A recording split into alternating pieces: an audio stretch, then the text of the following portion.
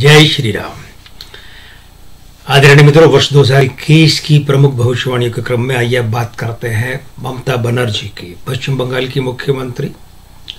पश्चिम बंगाल में इस वर्ष विधानसभा चुनाव होने जा रहे हैं। 2 कार्यकाल ममता बनर्जी 5-5 वर्षों के अपना पूरा करने जा रही है। एक कर चुकी, दूसरा बस ये चल रहा है, अंतिम कुछ महीने हैं। नजरें सबकी लगी हुई कि क्या वे तीसरी बार भी मुख्यमंत्री बनेंगी या नहीं बन पाएंगी। देखिए, 5 जनवरी 1955 का इनका ममता बनर्जी का जन्म है। मूलांक 5 और भाग्यांक 8। नामांक इनका वो भी 5 बनता है, यानी नामांक मूलांक 5 और भाग्यांक 8। ममता बनर्जी को अगर आपको समझना है तो इतना पर्याप्त होगा। कैसे? देखिए, ये जो इनका भाग्यांक 8 है, ये मूलांक और नामांक 5 इसका क्या है?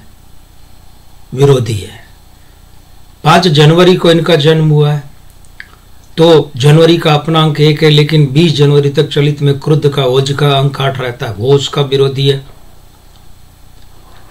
तो चलित का अंक 8 वो इनका भाग्यांक है, वो इनके मासांक 1 का प्रबल विरोधी है, मासांक 1 उसका प्रबल विरोधी है जन्म के, और वो इनके मूलांक 5 और नामांक 5 का विरोधी है। तो 5 और 8 की युति अस्थिरतावाचक। अब इनके क्या है? बुध है तो सही, अंक 5 है। अंग ज्योतिष में इनका कद छोटा है, इसलिए वहां बस इतना ही है, क्योंकि ये शरीर से भारी नहीं है, गोल मटोल नहीं है। तो ऐसे में क्या है, यहाँ पर अंक 8 की प्रधानता हो गई ना। अगर 8 की प्रधानता नहीं 5 की प्रधानता होती तो गोल मोटोल होती, शरीर से भारी होती, लेकिन वैसा नहीं है। बस कद, शारीरिक कद छोटा है, इस वजह से उतना ही बुध इनके, अंक 5 इनके मान सकते हैं।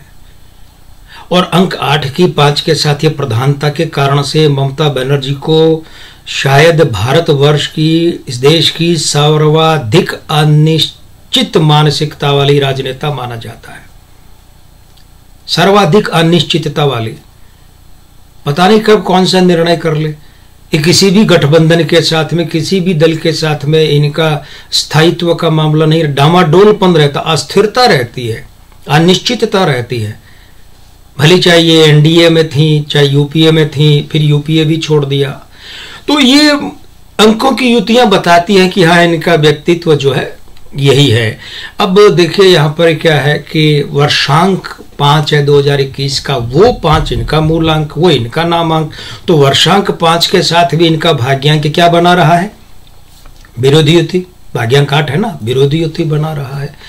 अब इनका आयु अंक है, वो क्या कर रहा है? वो है 4। कैसे? 67वें वर्ष के कारण ये कोड में खाज का काम कर रहा है। कौन?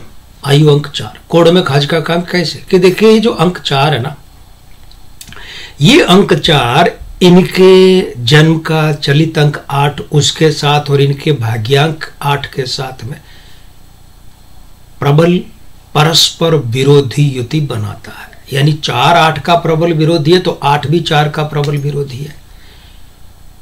और ये जो 4 और 8 की विरोधी युति है, ये बड़ी झटकेबाज युति है। ये क्या है? ये युति है प्रति प्रेत युति। 4 और 8 है ना, प्रति, और 8 और 4 प्रेत युति, कतई अच्छी नहीं कही जा सकती। और ममता बनर्जी के जो अस्थिरतावाचक युति है उनके जन्म के अंकों में, ऐसे व्यक्ति के लिए तो बिल्कुल भी अच्छी नहीं कही जा सकती। माने क्या है? घोर अशुभ है ये युति। इस कारण से ममता बनर्जी को इस साल झटके तो लगेंगे, चुनाव से पहले भी और बाद में भी झटके तो लगेंगे।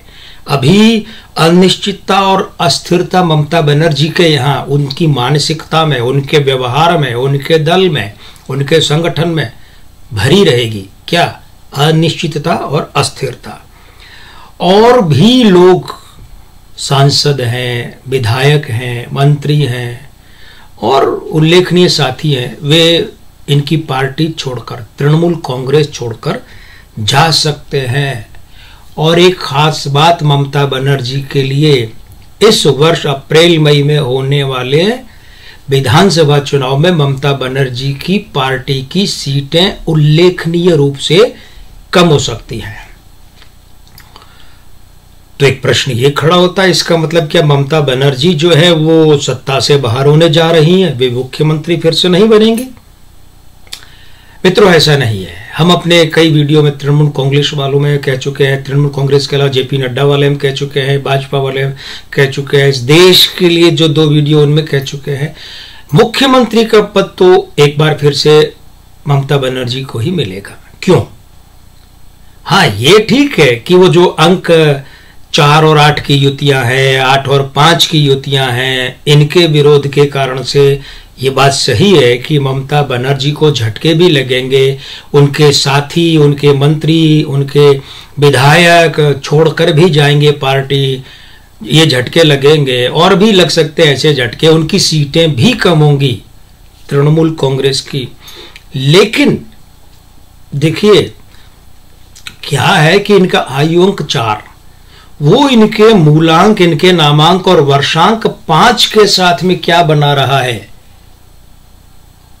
प्रबल मित्र युति। और वो अंक 5 इस आयु अंक 4 के साथ क्या बना रहा है? मित्र युति। ये अस्थिरता भरी है, ये बात सही है, प्रबल अस्थिरता है, लेकिन अस्थिरता का नुकसान क्या होगा? यही है कि संभवतः ममता बनर्जी को पूर्ण बहुमत लायक सीटें ना मिले, सीटें कम हो जाएंगी तो पूर्ण बहुमत नहीं मिलेगा। लेकिन चूंकि ये प्रबल मित्र और मित्र युति है, इसलिए, और फिर क्या है, देखिए यहां पर क्या है, अंक 1 उनका जन्म का मासांक है, 1 और 4 पुरुष अंक माने जाते हैं, गॉडफादर बाप के, मुखिया के, तो मुखिया पद तो इन प्रबल मित्र युति के कारण ममता बनर्जी को ही मिलेगा, मतलब मुख्यमंत्री तो वही बनेंगे।